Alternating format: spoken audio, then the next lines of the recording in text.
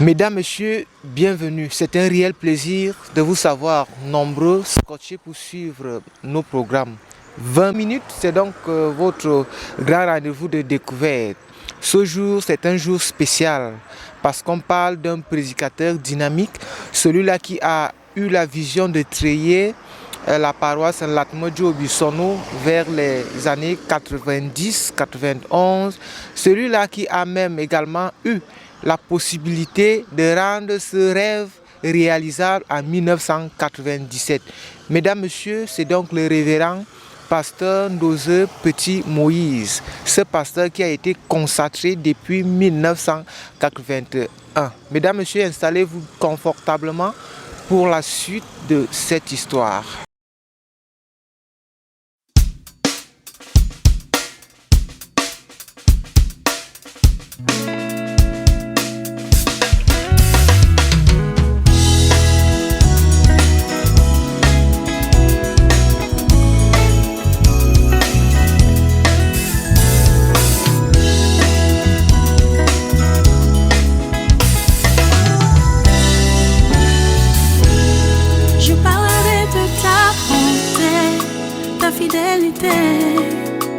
Je dirais tout haut, tout haut, tout haut, ce que tu as fait pour moi.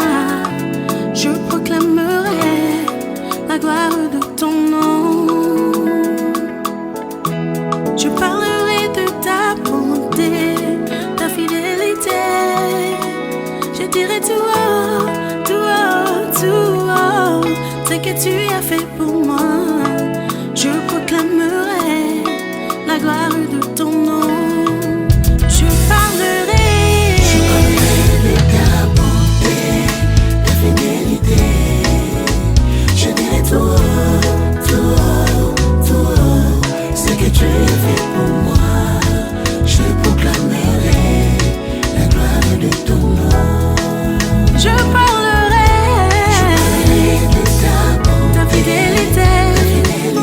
Je dirai tout haut, tout haut, tout haut, ce que tu as fait pour moi. Je proclamerai la gloire de ton nom. Tu m'avais dit de compter sur ton amour, Seigneur. Je n'ai pas hésité.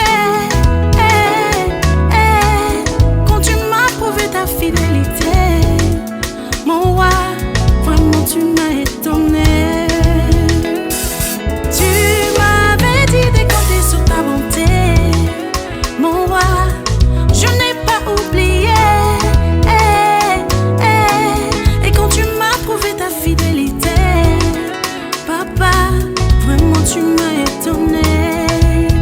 J'avais une paroisse, Mikan de Emmanuel, du consistoire palestinien sur l'axe Samelima-Djoum, à 19 km après Samelima. Et c'est là que je travaillais donc. C'est au cours de ce séjour-là, à Samelima, ici, que une famille de ma paroisse de Mikan a sollicité que non seulement je sois son pasteur adoptif, mais encore que je vienne les aider. Parce que sur le site, ils avaient bâti un collège d'enseignement technique privé. Ça s'appelait Collège Latmodjo. Bon, alors, mais ces activités s'étaient déjà arrêtées. Et alors, on a commencé à vandaliser l'établissement. Le fondateur et son épouse, ils étaient de grands cadres du ministère des Finances, gestion des impôts. Ils ont sollicité que je fasse le sacrifice de venir rester dans la salle qui tenait lieu de direction de l'établissement. J'ai donc accepté de consentir ce sacrifice-là. Bon, c'est donc là que, vers les années 1990-91, c'est là que trois approches de la matinée successives, 3 journées successives, que j'ai fait ce que j'ai fini par assimiler par une vision. Le même rêve, à la même heure vers les 4h30 du matin. Bon, je voyais quelqu'un, je ne le voyais pas, j'étais en présence de quelqu'un que je ne pouvais même pas regarder parce qu'il était tellement éblouissant que mes yeux ne pouvaient pas tenir à le regarder. Il me parlait. Bon. Alors à la fin, il me disait que oui, je suis déjà un prédicateur de l'évangile, mais il voudrait que je devienne un prédicateur dynamique, de l'évangile dynamique. Pour pas seulement m'arrêter à la chair, je prêche le dimanche, les gens s'en vont, j'attends encore l'autre dimanche, et ainsi de suite. Il voulait que je sois un prédicateur dynamique de l'évangile, parce que l'évangile, c'est une puissance de vie. Alors, il faut que ceux à qui je m'adresse soient retrouvés dans leur vécu quotidien par la puissance de cet évangile-là, en leur faveur. Et chaque fois que ça se terminait, celui que je voyais et qui me parlait me désignait un pasteur que je connaissais très bien. Bon, c'était le pasteur Ngoumou. Va auprès de ce monsieur-là, il a déjà au moins 12 ans d'expérience dans cette évangélisation que je voudrais que tu embrasses aussi. Il va te conseiller, il va te conduire, ainsi de suite. Bon. Alors, le 3e jour, quand j'arrive à la préfecture le matin, bon, le préfet m'envoie lui chercher des bons de carburant à la station Total. J'avais une moto, je prends la moto, je m'en vais. Quand j'arrive, je garde la moto et dès que je lève la face, la première personne que j'ai vue, c'était le pasteur Ngomo. Lui, il se ravitaillait avec lui, il avait une vieille voiture là, il devait aller à la paroisse d'Onkomo. Bon, alors lui aussi m'a vu, je suis parti l'embrasser. Bon, il me dit qu'il va à sa paroisse Onkomo. J'ai quelque chose. Dieu est vraiment merveilleux parce que depuis trois matins successifs, là, je vis une chose et à la fin, c'est toi qu'on me désigne. Je lui explique un peu et il me dit, pasteur, ce n'est pas des choses dont on peut parler ici. Bon, je suis à Zoïtélé, basé à Zoïtélé. Chaque week-end où tu n'as rien à faire dans ta paroisse, viens me retrouver là le vendredi soir. Parce que je fais prière tous les vendredis, soir, après-midi jusqu'au soir. Et ainsi de suite. Bon, c'est comme ça donc que j'ai commencé à aller là-bas jusqu'en 1995. La première année, c'était, je peux dire, une année blanche. Il a fini par m'expliquer qu'il m'avait soumis à un test. Il se demandait pourquoi est-ce que Dieu m'envoyait auprès de lui. Bon, il voulait en être sûr et demandait donc à Dieu de lui donner toutes les capacités pour qu'il puisse faire ce pourquoi il m'envoyait auprès de lui. Bon, toute une année, ça a été comme ça. Plusieurs fois, j'ai failli ne plus y aller parce qu'il me reçoit bien, il m'accueille bien, il me loge. Bon, et après, lui, il fait ses choses. Hein. Il ne s'occupe même plus de moi. Bon, je veux savoir qu'il sait que je suis là quand peut-être on va manger. Il va dire, mais appelez le pasteur, il vient manger, on mange. Et après, il fait ses choses. Des fois, il m'abandonnait là à Zuétélé, il s'en allait par-ci, par-là. Bon, mais heureusement, mon épouse me disait que si ce que tu m'as raconté sur ton déplacement à Zuétélé est vrai, supporte, tiens le coup. Bon, c'est à la 2e année au début. Là, nous sommes donc en début 1991. C'est là que de grand matin, il m'appelle à l'église. Il me dit donc, parce que je te demande pardon, à ta place, je me serais senti comme je suis sûr que tu t'es senti frustré, humilié, pasteur de ton état. Tu viens.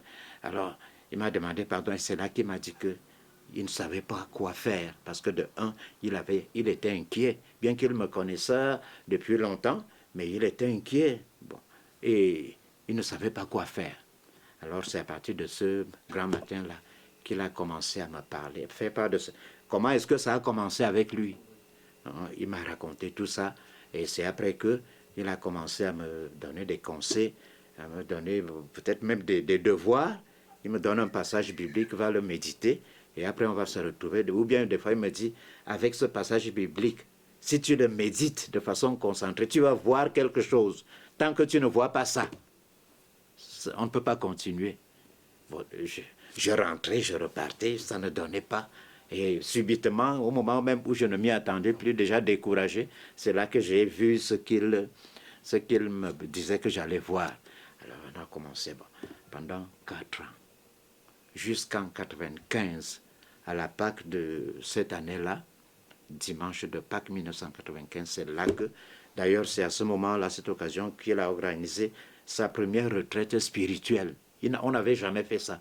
Il n'avait jamais fait ça. Bon, on a essayé par la prière, On a essayé d'organiser, c'est ce que les gens font maintenant là. On ne savait pas passer, ils disaient que ces foules de gens qui viennent auprès de nous là, ils risquent de nous prendre seulement pour des marabouts, ou bien pour des guérisseurs, ou bien... Alors il faut qu'on leur parle du Dieu que nous servons, et au nom de qui nous prions. Alors, il s'est rassemblé là plus de 10 000 personnes. C'était encore un petit temple. La majorité écrasante de la foule était dehors. Donc, c'était dans la nuit de samedi à dimanche de Pâques, 1995. On faisait la clôture. Bon, c'est subitement, quand il va passer à la prière pour les malades, les problèmes, personnes en difficulté, c'est là que, avant de commencer, il m'appelle, j'étais surpris, il me dit d'aller me mettre au milieu. Et là, il dit aux gens, il explique aux gens pourquoi est-ce que je suis là depuis 4 ans, 5 ans. Et subitement, il dit que l'Esprit Saint lui dit que c'est déjà fini. Il a déjà fait ce pourquoi il m'a envoyé auprès de lui. Et maintenant, c'est à l'Esprit Saint de parachever. Il a demandé à tout le monde de se lever, de se tenir par la main. Et alors, il a commencé à chanter, à chanter. La foule a commencé à chanter, à chanter. Et lui a prié, à prier, à prier. Bon, j'étais à genoux. Et subitement, bon, il m'a imposé les mains. Bon, à partir de là, je ne sais plus ce qui s'est passé. Je ne peux pas le décrire. Mais je me suis senti devenir dans un autre monde étant quelque chose que je ne maîtrisais pas. Immédiatement après, on a commencé à imposer les mains aux gens à deux. On a commencé vers les 4 heures du matin. On a terminé vers les 15 heures, 16 heures. Bon. Après, parce que quand on finit, tu n'es plus éveillé, tu dors déjà, on est obligé de te porter, on va te mettre là-haut. Bon. C'est là que le lendemain que je me suis réveillé, vers les 13 heures. On m'avait mis dans une chambre que je n'avais pas encore occupée. Je paniquais. Où est-ce que je suis? Parce que je ne comprenais rien. J'ai tambouriné à la porte. Là, heureusement, ma femme était au salon. Elle est venue ouvrir. Je lui ai demandé où on est où. Je dis, mais on est à la retraite à Souetel. Qu'est-ce qui s'est passé? Elle dit, mais comment tu ne sais pas? Je dis que franchement, je ne sais pas ce qui s'est passé. Alors, elle qui m'a raconté. Bon, je rentre donc de là pour venir au travail. Bon, beaucoup de gens s'en mettaient là-bas. Et c'est là qu'ils ont commencé à me chercher. Bon, ils m'ont trouvé à la préfecture et ainsi de suite. J'étais donc obligé de les accueillir et de prier Dieu pour eux. C'était d'abord dans mon salon, ou des fois même dans ma chambre. Chaque matin, les gens venaient. Bon, et ça devenait, même au bureau, ils venaient en foule comme ça là. Bon, ça devenait pressant. C'était déjà sous pression. Alors, j'ai commencé aussi par organiser des séances de prière le samedi, le mercredi soir, à partir de 18 heures. Bon, et les gens venaient, il y avait des salles de classe, c'est là que j'ai commencé, bon, à prier tout simplement. Hein. Et après moi aussi, je me suis dit, les gens, s'ils vont me prendre pour un marabout, ainsi de suite, il faut que je leur parle, que je leur annonce l'évangile. C'est là que ça a donc commencé. Et les gens ont continué à venir, à venir. J'ai installé une chapelle de ma paroisse de Mikan de Emmanuel. Les foules continuent à venir, tant et si bien que je me suis dit, mais à quoi bon continuer à amener les gens, cette foule-ci à Mikan, alors qu'ils peuvent déjà constituer une paroisse? On a donc saisi le consistoire qui est venu installer la paroisse. C'était en 1997. 1997. Bon, c'était exactement le 18 octobre 1997. La paroisse est installée. Alors, il y a une réaction à cette installation de la paroisse. Le consistoire Foulassi, bon, se déclarait propriétaire du territoire de Samelima. Alors, le consistoire Palestine-Djoum, lui, vient installer une paroisse dans son territoire. C'est ainsi que, en janvier 1998, le consistoire Foulassi porte plainte contre le consistoire Palestine Djoum à l'Assemblée générale. Alors, la commission juridique permanente de l'Assemblée se saisit du dossier et fait des descentes sur le terrain, et ainsi de suite. Bon, des auditions, et ainsi de suite. Bon, ça a duré presque toute une année. Donc, à la prochaine Assemblée générale de 1999, qui s'est tenue à Messa 2, bon, C'est là que la commission juridique devait donner, au deuxième jour des travaux, son rapport sur les plaintes dont elle avait été saisie. La décision qui a été prononcée, à savoir que la paroisse soit dissoute. C'est ainsi qu'on dissout la paroisse. Je me suis senti tellement frustré par cette décision-là que l'Église arrivait à prendre. On dissout la paroisse, ces gens-là, ils vont aller où? Ils vont faire quoi? Et ainsi de suite. Pour moi, c'est une décision anti-évangélique. On nous appelle à chercher les brebis, à les ramener à la bergerie du Seigneur. Mais quand les brebis ne peuvent plus être à la bergerie du Seigneur, j'étais frustré. Alors, mais je suis descendu, je n'ai même plus continué l'Assemblée générale. Je suis venu retrouver les paroissiens pour leur dire que voilà la décision qui a été prise. Mais je leur ai dit, pour moi, le Seigneur a laissé décider ça. Il faut nous soumettre à la volonté du Seigneur. D'ailleurs, ce n'est pas notre affaire, ce n'est pas votre affaire, c'est l'affaire du... Si vraiment vous croyez en lui, laissez-le tout gérer, tout conduire comme il veut. Soyez tranquille. Là, j'ai replié à ma paroisse de Minkan de Emmanuel. Je venais au travail, mais je passais ici pour voir mes enfants et mon épouse qui restaient là-bas. Parce que c'était un peu bizarre que je reste ici, les gens allaient toujours venir et on allait dire que je continuais à m'activer là-bas. Mais les gens se commençaient à se regrouper dans les domiciles, dans les quartiers, ainsi de suite. Bon, alors, à l'Assemblée générale de janvier 2000, à Bomban, la commission qui était envoyée pour dissoudre la paroisse devait donner son rapport. Cette commission-là donne donc son rapport. Et dans ce rapport, je me rappelle le rapporteur, le pasteur Onanakwa Didier, du consistoire Yaoundé, c'est lui qui était le rapporteur. Il a donné le rapport et il dit que toute la commission a été vraiment stupéfaite de la réaction spirituelle que les membres de cette paroisse avaient eue quand ils sont arrivés. Il a décrit comment les femmes chantaient, comme une cérémonie d'accueil, les larmes aux yeux, ainsi de suite, tout le monde pleurait. Et après, on les a reçus comme s'ils étaient venus pour un bel acte à poser.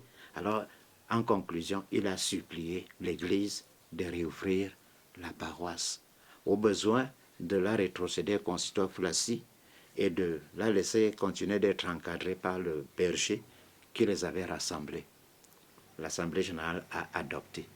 Bon, après, le 7 juillet 2011, la paroisse avait demandé au consistoire de m'installer ici comme pasteur. Parce qu'il y a ministre du culte et pasteur. Un pasteur, normalement, c'est un ministre du culte qui est lié à une paroisse par ce qu'on appelle appel. Donc, ça s'est passé en 2011. Donc, je suis pasteur. Si j'ajoute pasteur appelé, c'est déjà... je suis pasteur de cette paroisse. Bon. Et c'est en 2003, dans l'incertitude, là, qu'on a commencé timidement à poser la première pierre du bâtiment de ce temple-ci. Bon. Avec la grâce de Dieu, j'ai reçu des aides substantielles de la part des personnes qui encourageaient cette entreprise. Bon, parce que quand la nouvelle s'en va, les gens, bon, si c'est en bien, c'est une bonne chose, ça va attirer la sympathie. Bon, si c'est en mal, là, alors c'est dangereux. Bon, beaucoup de gens me donnaient de l'argent avec ce que les fidèles et les gens qui venaient à la prière, parce que ça, c'est une paroisse des personnes en difficulté. Bon, alors en 2010, on est entré ici pour la première fois, dans ce temple-ci. Et bon, après, on a continué avec le carrelage du sol, ainsi de suite. Bon. 44 ans de vie pastorale, c'est donc la vie du révérend pasteur Ndose Petit Moïse, un prédicateur dynamique. 28 ans d'existence de la paroisse en Latmojo Bissono. Mesdames, Messieurs, c'est un réel plaisir d'avoir des paroisses qui ont œuvré pour atteindre le niveau actuel en 2025. Cela a été un réel plaisir de partager ces moments de découverte avec vous. Je suis Arthur Ayouzoa pour une nouvelle sortie de découverte. Certainement, on sera ensemble par la grâce de Dieu. Ciao.